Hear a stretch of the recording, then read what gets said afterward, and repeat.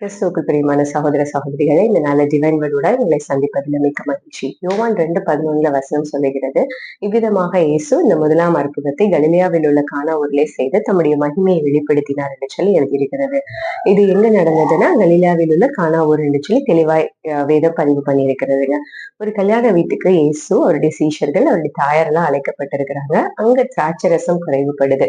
இயேசு அங்க வெறும் கற்சாடி ஒரு 6 கற்சாடியை பாக்குறாரு. அதுல தண்ணீரை நிரப்ப சொல்லி அதுக்கப்புறம் அந்த தண்ணீரை திராட்சை ரசமா மாற்றுறார். இந்த அற்புதம் எல்லாருக்குமே தெரிஞ்சிருக்க வாய்ப்புண்டு.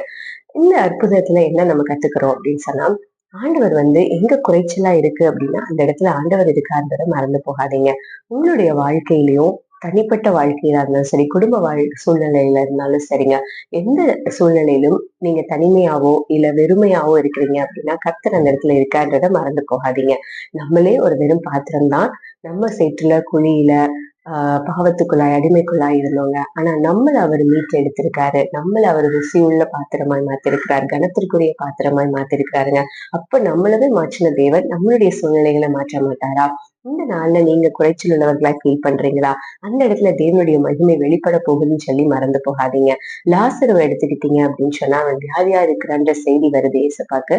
அப்ப இயேசு சொல்றார், இந்த வியாதி மரணத்துக்கு எதுவாயிராமல் தேவனுடைய நம்ம மகிமைப்படும்படியா இந்த வியாதி வந்திருக்குன்னு சொல்றாருங்க. அவர்ல குமாரனும் மகிமைப்படுவார்னு எழுதியிருக்குங்க. இந்த நாள்ல உங்களுடைய பலவீனமோ இல்ல உங்களுடைய வாழ்க்கையில ஒரு பற்றாக்குறையோ குறைபாடுகளோ எதுவா இருந்தாலும் சரி, அந்த இடத்துல தேவன் அங்க இருக்கிறாரு. இயேசு உங்களுக்கு நிச்சயமாய் ஒரு நிறைவான சந்தோஷமான சமாதான வாழ்க்கையை கட்டளையிடுவார். அவருடைய நாமமும் நிச்சயமாய் மகிமைப்படும். உங்களோட கர்த்தர் இருக்கிறான்றதை மறந்து போகாதீங்க. விதமாக இயேசு உங்களுடைய வாழ்க்கையிலும் அற்புதத்தை செய்து மகிமையை வெளிப்படுத்துவார். கர்த்தர் உங்களை ஆசீர்வதிப்பார். God bless you.